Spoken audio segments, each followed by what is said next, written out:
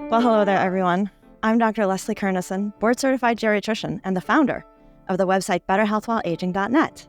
And this is the Better Health While Aging video podcast, where we discuss common health problems that affect people over age 60 and the best ways to prevent and manage those problems.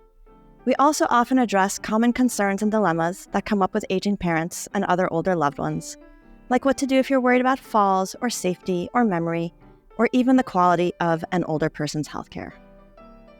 In today's video, we are going to talk about something that is very important if you're an older adult or if you are helping an older loved one, such as an aging parent, and that is how to check on your Medicare coverage and how to make sure you understand the basics of Medicare, including what are Parts A, B, C, which is also known as Medicare Advantage, and Part D.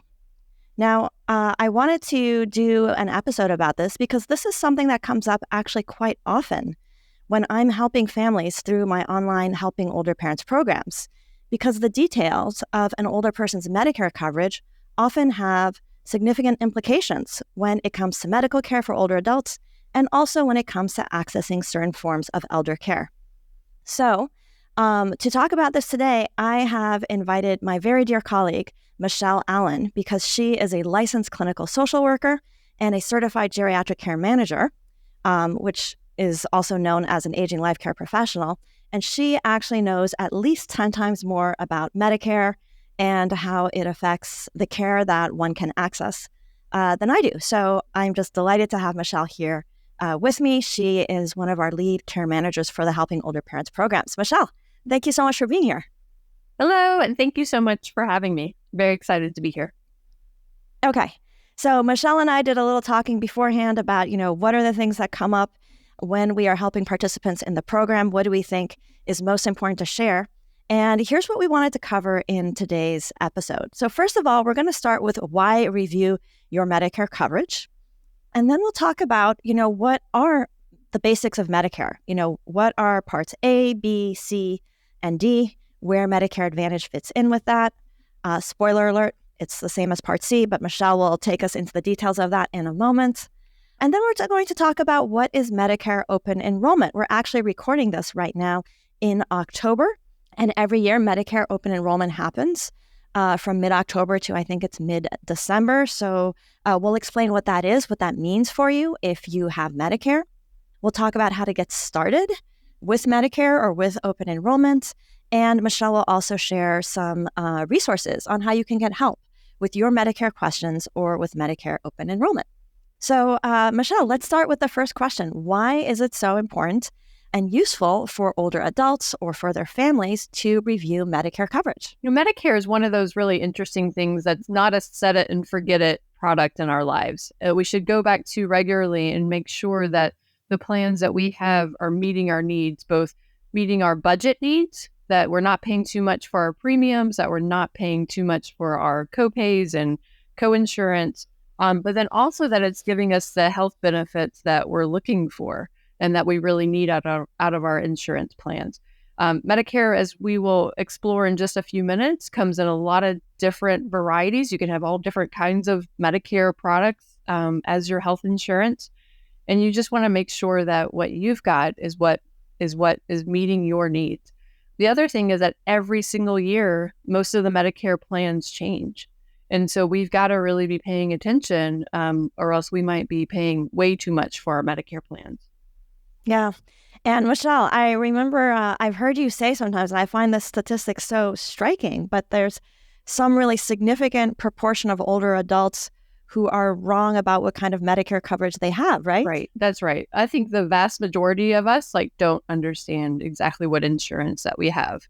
And so it's quite common when I ask an older adult for a copy of their insurance card that they give me the wrong card. Or they give me a card that's, a decade old.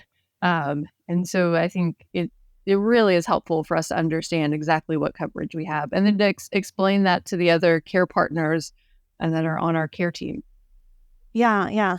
And also, I know that, some of what you do in your work as a geriatric care manager or aging life care professional is often what families are doing if they start helping an older parent or an older loved one with their health care.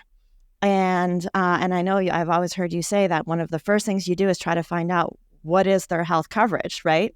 So that you know how to help them navigate that. And so if you are one of our listeners who is helping an older person, what we're going to talk about is really going to help you take that step, which, if professionals like Michelle are doing it, it's because it ends up being really useful when it comes to helping an older person get the medical care they need and also get elder care. Because as you were saying, Michelle, coverage affects out-of-pocket costs, the cost of premiums, access to certain outpatient services, the cost of medications, and even the availability of certain non-medical services, right? Like certain forms of help in the home. So really useful to understand your Medicare coverage and know how to check on it when the need arises, or if it's, like a time of the year like right now, open enrollment. Okay, so Michelle, maybe now we can talk about the basics of Medicare. So I have learned from you and other people that there are four main parts. So maybe you can take us through a brief overview, and then we can go into each part in a little bit more detail. Absolutely. So there are four main parts of Medicare, parts A, B, C, and D. Parts A and B are what comprise what we consider original Medicare. So original Medicare being, the same product that was rolled out decades ago is exactly what Part A and Part B is. Part C is the new kid on the block, and that's what we also call the Medicare Advantage plans. So Part D then is what covers our prescription drugs.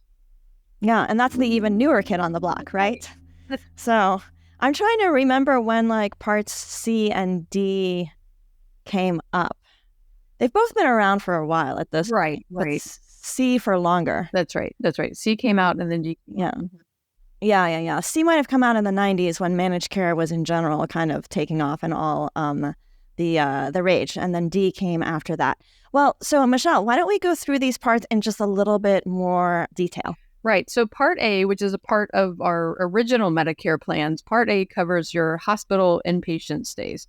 So if you're ever inpatient in the hospital or a skilled nursing facility, that is your Medicare Part A is what's picking up those costs. It also covers things like home health services and hospice. For most of us who have paid into the Medicare payroll taxes, we don't pay any premium now for the Medicare Part A benefits. Yeah. And then Part A also covers nursing homes, but that's more for kind of shorter term convalescence rehabilitation, not for long-term care of frail elders who need to be in a nursing home. Is that right? That's a really good point. That when we say that Part A, that Medicare Part A covers nursing home care, and even that Medicare Part A covers home health, both of that is just for a very short term, for a very, very definite amount of time that Medicare is actually picking up the cost for the skilled nursing facility.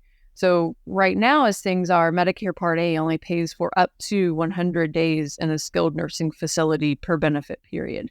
So it's not that you move into a nursing home and then Medicare Part A pays for your care there indefinitely. It just pays for that time that you might be in a nursing home getting skilled rehab services. Yeah. And I wanted to highlight that because in our work, helping families, address the care needs of older adults. This is a really common point of confusion. People are often very surprised to find out that Medicare does not cover the cost of your loved one being in a nursing home for the long term. That's not Medicare. That's actually Medicaid, the federal state partnership for lower income adults that can end up covering that, which is considered long-term care supports and services. And that is not part of the original Medicare's mandate. Is that right, Michelle? That's right. And likewise, Medicare Part A, when they cover home health services, that's just for skilled interventions from a physical therapist, occupational therapist, skilled nurse, speech therapist, and some homemaker services to come into the home just to provide episodic support. So maybe an hour, maybe twice or 3 times a week. And so when families are looking for help, for 8 hours a day or 24 hours a day, this benefit, Medicare Part A, is not what pays for that 24/7 care or for even 8 hours a day of care. Yeah. If they really need sort of other forms of elder care, generally not covered by Medicare. But if you want to know more about what types of elder care are out there and how they get paid for, Michelle and I actually did another episode on this, which you can find where we go into those options in detail. Okay, so that is Medicare Part A. And how about Medicare Part B? Medicare Part B is the second half of our original Medicare services. So originally Medicare was divided into Part A that covers inpatient care, and then Medicare Part B that covers outpatient care. So that's what covers you to see your primary care physician, to see specialists like neurologists, urologists, podiatrists, those kinds of specialists. It covers lab work, durable medical equipment. Most drugs and vaccines that are administered in a doctor's office go through Medicare Part B. And for Medicare Part B, you do pay a monthly premium. So it doesn't matter how much you've paid into the Medicare payroll tax during your working years. Everybody pays for the premium for Medicare Part B, unless, of course, you have certain income restrictions, in which case there is additional help to pay for Medicare Part B. And then when people get outpatient services, there's generally a copay, right? That's right. So Medicare only pays for 80% of all the services, leaving the beneficiary, or leaving the person who has Medicare with 20% of each of the services that they have to pay for, unless they have a supplemental insurance policy. And we'll talk a little bit about that later. Okay. And then how about Medicare Part C? Medicare Part C is really interesting because you don't get Medicare Part A, B, and C. You get Medicare A and B, or you get Medicare Part C, because Medicare Part C is a Medicare Advantage plan, or sometimes what's called a Medicare replacement plan, because what the Medicare Advantage plan does is it replaces your Medicare Parts A and B. So instead of you presenting your Medicare red, white, and blue card to any of your providers, you instead would present a different insurance card, either from Aetna, Humana, United Healthcare, one of the private insurance companies that might be supplying your Medicare Advantage plan. So you would instead of using your Medicare A and B, you're going to use your Medicare Advantage card to show your providers that you do have insurance coverage. What's interesting is that you still pay your Medicare Part B premium. So that premium that we just talked about a second ago for Medicare Part B, you still pay that premium. But then on top of that, you might also have a premium to pay for your Medicare Part C. A lot of Medicare Part C plans have no premium or very low premium, but we've got to be looking out for that too when we start thinking about the cost for Medicare Advantage plans. Yeah. And I guess that, part of the advantage, as it were, of Medicare Advantage plans is that they can sometimes cover additional services that aren't covered by original Medicare, right? That's right. So a lot of Medicare Advantage plans market themselves as also having dental services, vision services, maybe some hearing services. And those three services are not part of original Medicare Part A and B. Some of them also have gym memberships or, additional benefits like a subscription to silver sneakers. They might offer like acupuncture or other specialty services that maybe you wouldn't get through original Medicare. The other thing that's interesting that we hear about but don't see a lot yet is that there are some Medicare Advantage plans that also offer home care services. So before we were talking about how Medicare Part A does pay for home health, but that's different than having, a caregiver for 8 or 24 hours a day. Medicare Part A doesn't cover that, but there are some Medicare Advantage plans that are starting to provide extra services like a caregiver. So you could get some of your home care services provided by the Medicare Advantage plans, and even some transportation services. Yeah, if I remember right, the rules were changed several years ago to allow them to offer it. They're not required to offer it. They're required to cover all the services that are covered in original Medicare, but they can offer extra ones, and now they're allowed to offer that. And whether they do or don't is up to the plan and is probably partly related to the sort of, financial incentives or how the insurer thinks that they can run the business. And some of the way I think about this is that when Medicare was first created in the 60s, all of medicine was kind of fee-for-service, right? Where different providers bill. And then, within healthcare, we developed managed care plans, which meant to kind of bundle everything in a way that was more connected and efficient. And so they brought that to Medicare. And that is how we ended up with Medicare Part C or Medicare Advantage. So, and again, as you were saying, Michelle, you're either going to have traditional Medicare Part A and B, or you might have Medicare Part C, where you have a managed care plan or PPO covering your inpatient and outpatient services. And then the other thing that's interesting about those plans is some of them include prescription drug coverage now and some don't. So another thing to kind of consider. So why don't we talk a little bit now about Part D? What is Part D? So Part D is our prescription drug coverage through Medicare. So it used to be, right, that people who had Medicare didn't have any prescription drug coverage and didn't even really have a streamlined way of getting prescription drug coverage. So they were at the mercy of whatever the medication costs were when they went to the pharmacy. Luckily, and we keep making some great strides in improving access to medications through Medicare Part D changes.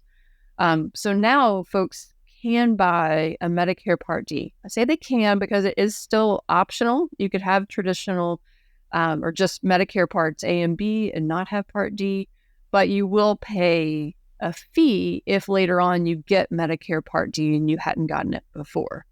So I always recommend that people go ahead and get even a low-cost Medicare Part D plan, even if they take very few prescriptions, because that's likely to change in the future, and we don't want to have to pay that added-on fee because we didn't get it when we first were eligible for it. So Medicare Part D, we have some exciting changes in 2025 for Medicare Part D that we'll talk about in a little bit, but I'm very, very glad that people have Medicare, that we now have Medicare Part D as an option. The government now has the ability to negotiate drug prices for Medicare Part D. That's really helping to keep costs down. And then we're going to see some big changes in 2025 for Medicare Part D. Exciting. So generally, you can think of it as D stands for drugs. Part D is the drug coverage for Medicare. So Michelle, maybe we can just very briefly talk about how people, initially enroll in Medicare. So you get the opportunity to enroll in Medicare when you turn 65, and they give you a 7-month window. So the 3 months before you turn 65, the month you turn 65, and the 3 months after you turn 65 are your initial enrollment periods. You want to go ahead and take advantage of that time to avoid any late enrollment penalties.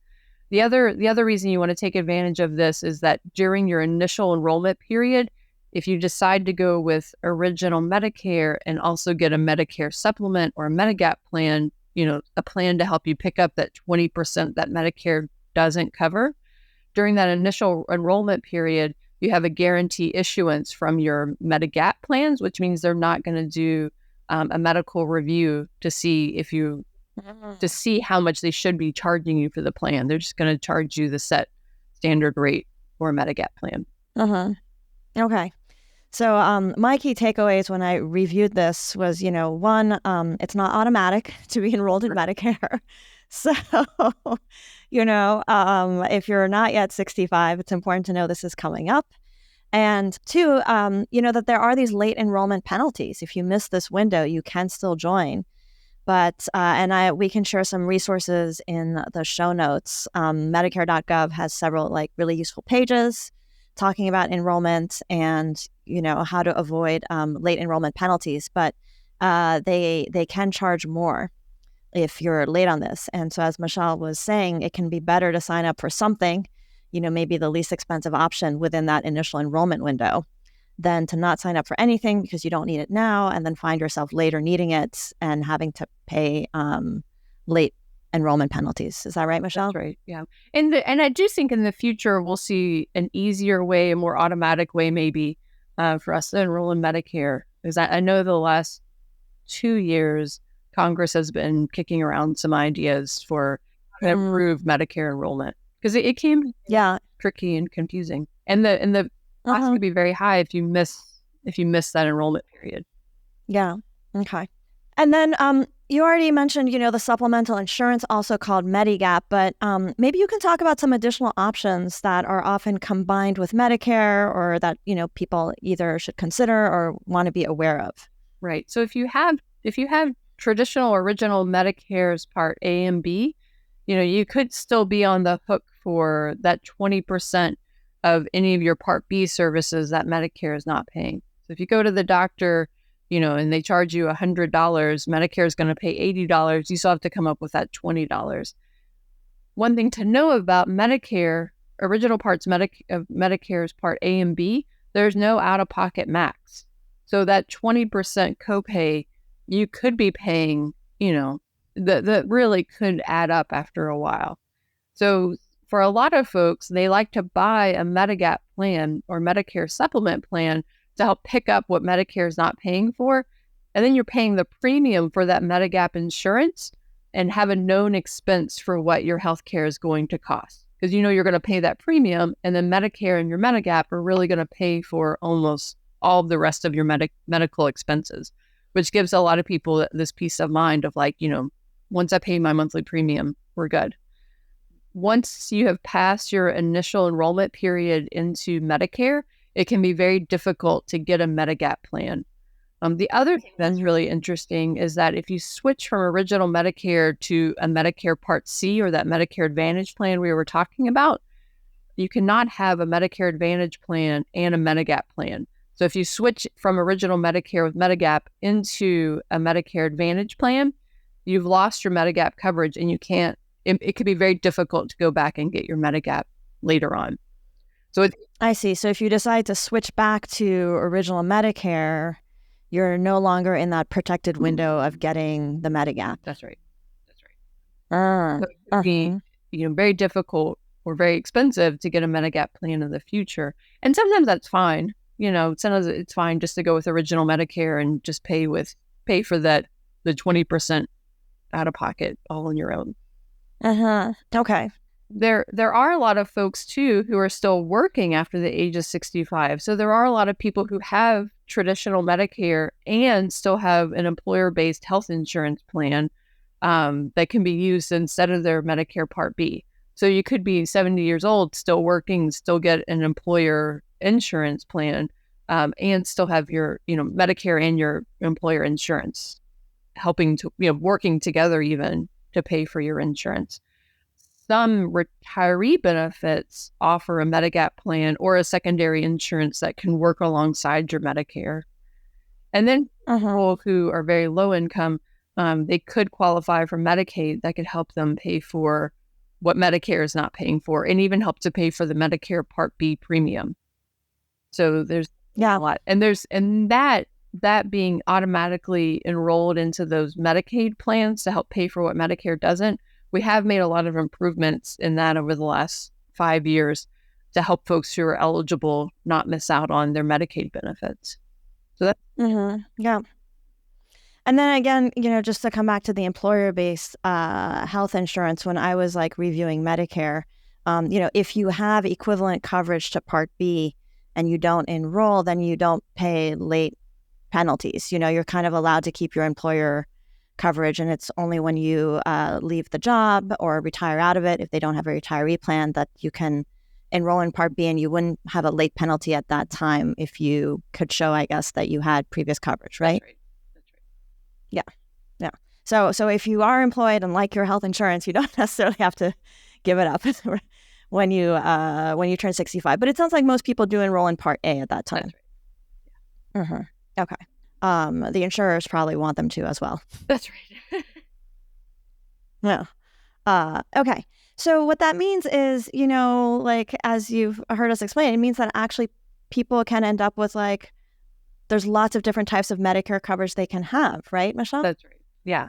Right. Yeah. So this slide is sort of showing this menu of different ways that you could have your Medicare. Different combos. Yeah. And so one thing I would love for every older adult and every family member with every person who's got an aging loved one that they care for, what I would love for them to do is to understand which one of these situations is your loved one in. And it could even be something different. I mean, this doesn't cover them all. Maybe this doesn't even include people who have TRICARE or VA benefits, which could throw in a different combo altogether. But I would. Yeah. TRICARE is for people who are in the military, right? That's right. Yeah. So retired military benefits.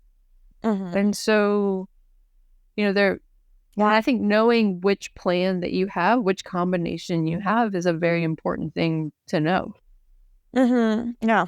Well, it kind of sounds, we listed a bunch of common combinations here, but it's generally, people have original Medicare, plus minus Medigap, plus minus drug coverage, plus minus maybe some employer provided benefits or with Medicare. And then there are people who are in Medicare Advantage, also known as Part C, some kind of managed care plan. And so just figuring out, which of those two buckets you fall into might already be a good start, right, Michelle? That's right. Absolutely. And so now that we've covered the basics of Medicare, let's talk a little bit about open enrollment, because it's going on right now as we're recording in October. Tell us a little bit about Medicare Open Enrollment, Michelle. So every year, we all get an opportunity to change our Medicare coverage starting October 15th and ending December 7th. And whatever we decide to do or don't do between this time period that's called open enrollment, that takes effect January 1st of the next year. So this is our only opportunity to really make significant changes to our Medicare. We do have some special enrollment periods that exist outside of the open enrollment period, but it's very few people in situations that ever unlock that special enrollment period. So I think it's really important for people to take advantage of this time period each year to review their current coverage, to make sure that what they've got meets their needs, to make sure that they're getting the best value, right? And there might be a different plan that's going to give them exactly what they need, but charge them a cheaper premium or have a lower out-of-pocket max. So that could give them a different savings. And for instance, I have a client right now who has Kaiser. She's had, Kaiser HMO for the last 7 years. And she said, I'm not sure that I want to stick with them. But I think I'll put that off and decide in the spring. And I was like, well, you can't actually decide in the spring. Like right now is our open enrollment period. We have to decide before December 7th if she wants to keep Kaiser for January 1st or if she wants to switch to something else. And those kinds of decisions are very difficult because whatever she decides right now, that's what's going to be her plan for all of 2025. Yeah, she'll be kind of locked into that. So this is a time when you can switch to a different Medicare Advantage plan, where you could switch back to, I guess, original Medicare, right? That's right. If you wanted to. Although you might have trouble getting a Medigap plan. And it's also the time where if you have a separate Part D plan, you could switch to a different Part D plan. That's right. Okay. And so I think you've told me in the past, Michelle, that the statistics are that most older adults don't do anything during open enrollment, but why should we pay attention to open enrollments? So it's a hassle. I will give everybody that. Like, it's a hassle, right? And the years fly by very fast. And so, you think all of a sudden it's October again. Do I really need to look at my Medicare? Is this really, could things really be different? I got to tell you that plans change. And there is no limit on how much your plans can change for next year. They could absolutely change who's in network with their providers. They can change how much they're charging you for certain services. They can change how much the premiums are that they're charging you. Benefits can change. I mean, all of a sudden, all the things you've been used to getting with your plan can be different, and we should be paying attention. And so they send out a notice the month before open enrollment.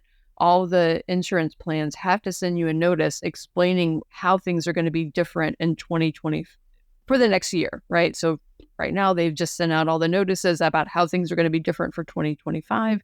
And it even outlines how the premiums are going to change. And I think for a number of years, I really downplayed how important open enrollment is until one year I was looking over somebody's summary of what the changes are going to be for the next year. And her prescription drug coverage premium went from being $17 a month to being $125 a month. Oh my gosh. That's a significant change. And I think the insurance companies are really hoping that you're going to set it and forget it, right? That you're going to set up whatever your prescription drug plan is or your Medicare Advantage plan and then just sort of forget about it. And then they can make whatever changes right? Because our insurance companies are businesses. They want to make money, right? There's nothing wrong with making money, and they want to make money. And so they can figure out like, well, if I increase the premium and they're not paying attention, maybe we can just keep going, right? Because a lot of us have our insurance premiums on auto pay, which is exactly what I recommend, right? You should definitely have your insurance premiums on auto pay. But every year we should be paying attention to what's going to change next year and to see if there's a better plan out there. So we, in those cases, that client that was moving from $17 a month to $120 a month, we switched her to a different prescription drug plan that was still $20 a month and still covered the insurance, still covered her prescriptions exactly in the way that she needs it. Yeah, and you saved her a lot of money because that's saving her basically $100 a month, right? Which over the year is going to be, $1,200. Right. So, yeah. She's somebody who took, she takes 5 medications that are all generics every single month. And so if she was somebody who was taking very expensive medications that this plan was going to cover in a better way than other plans, it would have been worth it. But for her, it wasn't worth it. Yeah. So, maybe right now you can share some, as an example, some of the updates that you've heard about that are coming up for next year. So one thing that's going to be very different is that there are many Medicare Advantage plans that have decided not to renew in 2025. And there's also a lot of Medicare prescription drug plans or Part D plans that have decided not to renew in 2025. So in other words, the insurance companies have decided that they're not making enough money by providing these plans. And so they're just not going to provide them for 2025. And I think this is probably the first year that we're seeing such a significant number of plans dropped for the next year. Oh my God, that's a big thing. Do you know what happens to people who are on those plans? I guess if they don't do anything during open enrollment, do they end up with no plan, or do they get kind of automatically switched to something? For the prescription drug plans, what I've been reading in the summaries that the insurance companies have been sending out is that Medicare will just switch them to a different drug plan if they don't pick one out. For the Medicare Advantage plans, they'll just switch back to original Medicare, which might not be the best thing for them. Yeah. It's certainly, an important change to at least know about. Right. But when you go to the doctor on January 3rd and present your insurance card and they say, oh, this is inactive. And you're like, excuse me, what? What do you mean my insurance is inactive? Yeah. You don't want to figure that out or become aware of it the day you're trying to use your benefits. Oh, for sure. But so that's, doesn't sound like great news. Lots of plans deciding to not renew. But on the other hand, there's been some good news on the Part D front, you were saying. Oh my gosh. So this is huge, y'all. So Medicare Part D plans will now have a $2,000 annual cap on out-of-pocket prescription drug costs. So they're calling this in years past, we've had the donut hole when it comes to Medicare Part D. I'm not even going to waste anybody's time trying to explain the donut hole. But, it used to be that you have to reach like $8,000 a month in out-of-pocket prescription drug costs before your Medicare Part D would start paying 100% of your drug coverage. So it's like they covered it to a certain amount, and then there was this like above that where they were not covering it, and it could get very expensive. And then when you were really at like catastrophic levels of spending, they would kick in again. That's right. Yeah. So now we've changed. So they're getting rid of. Now we've changed that catastrophic limit down to just $2,000. So now, no matter what Part D plan you pick, your out-of-pocket costs are not going to exceed $2,000. But I think we should all... Per year or per month? Per year. Per year, I'm sorry. So yeah. Okay. Out-of-pocket coverage your out-of-pocket cost will not exceed $2,000 for the year, as long as your prescriptions are in the formulary for the for the prescription plan that you've chosen. So I think it's really important for all of us to pay attention, like, how much is my drug premium going to be? Because there's no max on that, right? So just because my out-of-pocket, cost share is not going to exceed $2,000 for the year, the insurance company could still charge me whatever premium I'm willing to pay, whether that's $20, $120, or $300 per month. So really... Because premiums don't count towards that out-of-pocket prescription cost. That's right. The out-of-pocket prescription cost is basically like the copay. It's what you pay at the pharmacy. That's right. when you pick up your meds. The other thing that's interesting is that they're going to spread out this $2,000 cap.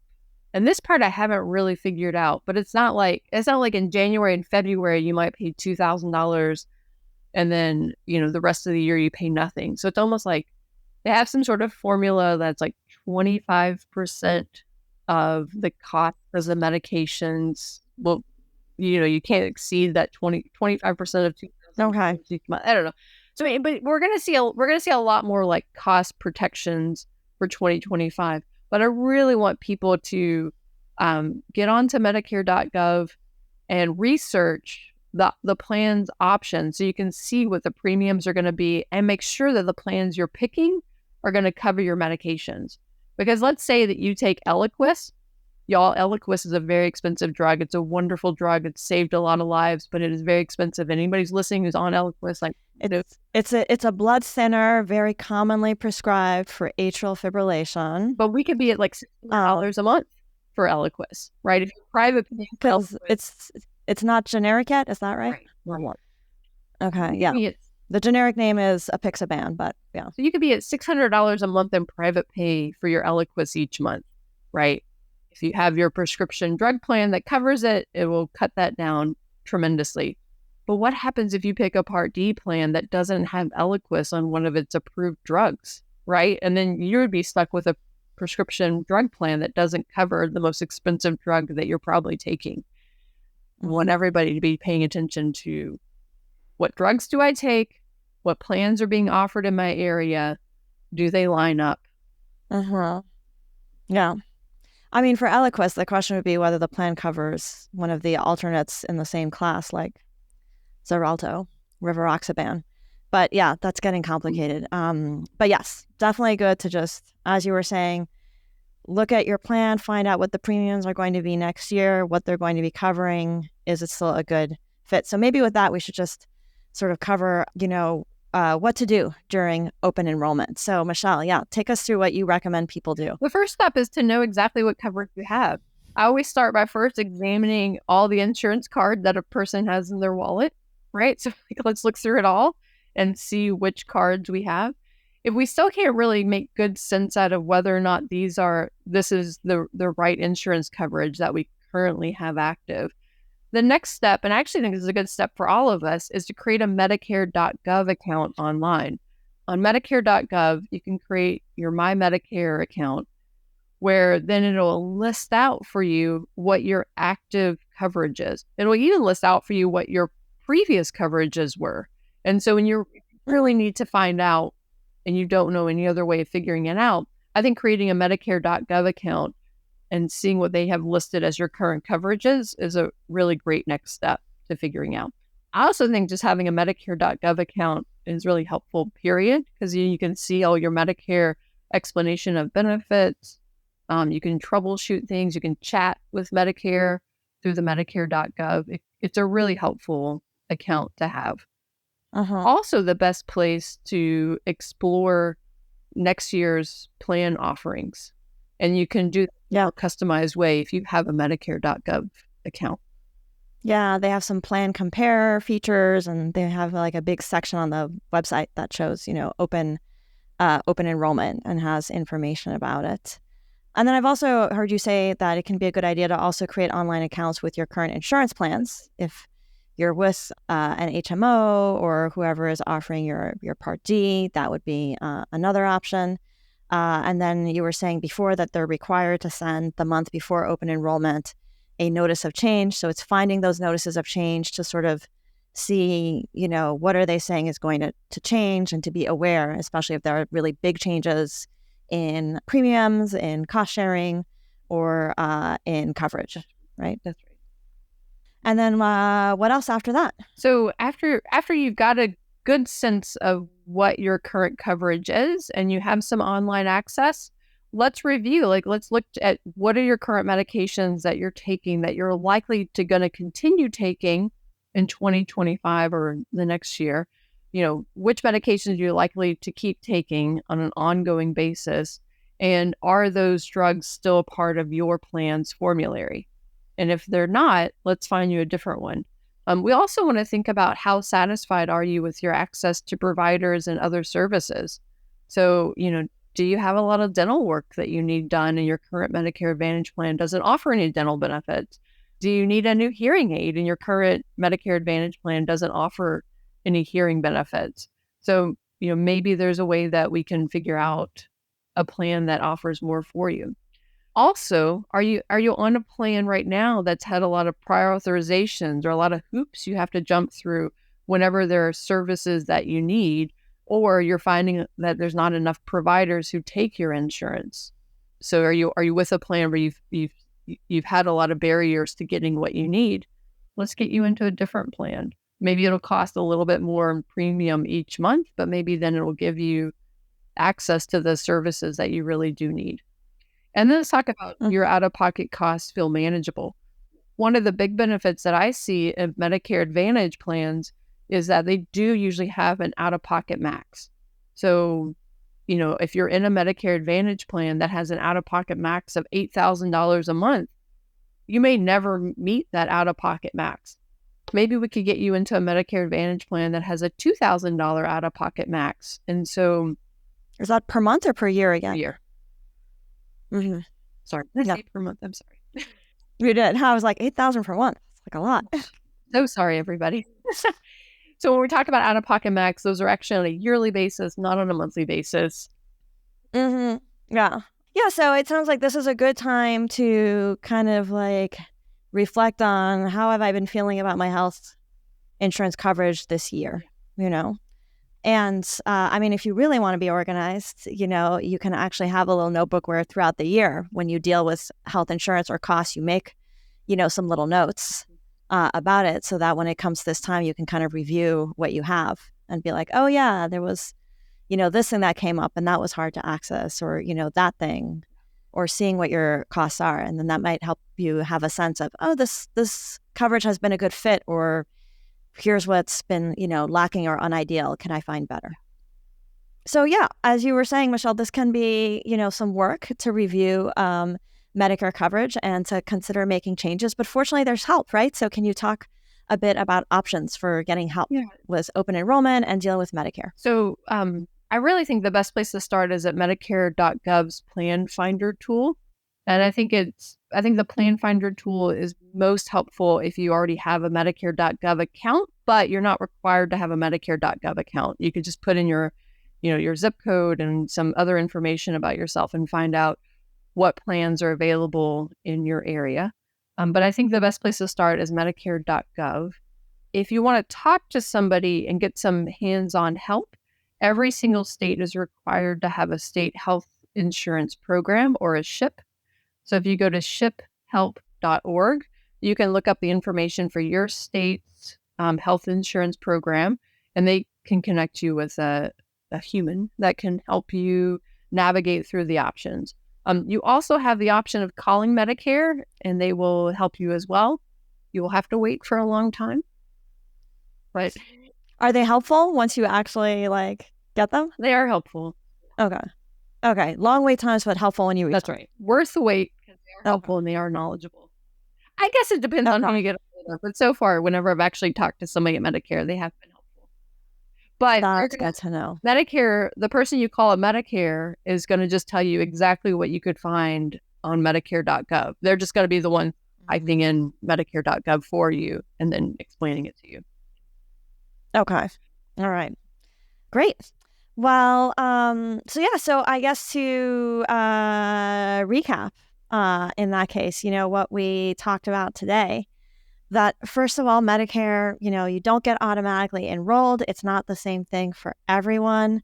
We don't recommend treating it as a set it and forget it, because in our work, Michelle and I both work a lot supporting families who are helping declining aging parents, and both in our work with the people we support online through Helping Older Parents programs, and in our personal work, because I know you, Michelle, work directly with families as an aging life care professional, we're often ending up having to answer questions related to the type of Medicare coverage an older person has, because that creates the access to medical services and to certain elder care services. So If you take anything away from this video, I hope you'll take away the idea that it's should be possible to look into what kind of Medicare coverage you have. It's useful to know what it is. If you are helping an older family member, find out what it is as well. And then that there's this window at the end of every year where you can make changes. And it's good to, I guess, read the notices, find out what's changing with your existing coverage, and consider whether you want to make a change at this time, because after that, you're going to be mostly locked in to whatever you have for the following calendar year. Did I miss anything important, Michelle? That was a wonderful summary. That was great. All right. Okay. So, well, Michelle, thank you once again for being here to share this with our audience. And with that, thank you so much for watching. If you found this video podcast helpful, if you're here on YouTube, please go ahead and subscribe. It does help more people find the channel. If you've been listening to the audio version on the podcast feed, come and take a look at the video so you can see our key points being displayed on the screen. Also, if you do have an aging parent and would like help and support managing the elder care issues that come up, I would love for you to know about the Helping Older Parents programs that I do in collaboration with Michelle. We help people with all kinds of navigate health concerns, elder care concerns, and also support each other. You can learn more about that by going to betterhealthwhileaging.net-helping-older-parents. Otherwise, thank you so much for being here. Good luck with your Medicare coverage, and I hope to see you again in a future episode of the Better Health While Aging video podcast. Thank you.